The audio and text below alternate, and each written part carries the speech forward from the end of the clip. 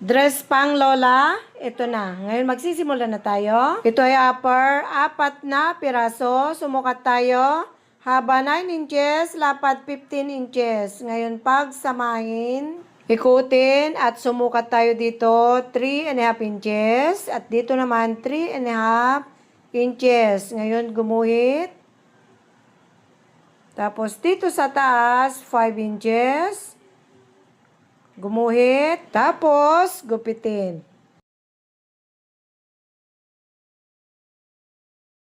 Ngayon dyan sa taas, pasok tayo, half inch, tapos gumuhit ng ganito, tapos gupitin.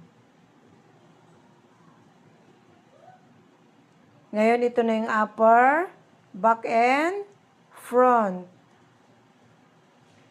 Ngayon pagsamahin, dito banda pasadan natin 1/4.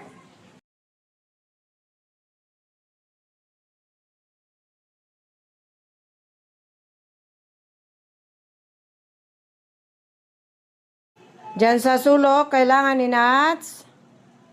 Tapos 1/16.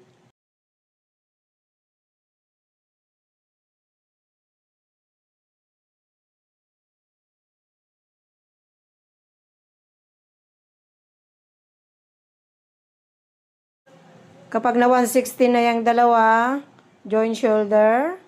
Tingnan ninyo maigi yung aking kamay ha. Ganito ang mag-join shoulder. Pagsamahin ng ganito. Pagtapatin yung tahi. Tapos pasadan natin 1/4. I-flat ang paling, then close. Sa kabila naman tayo.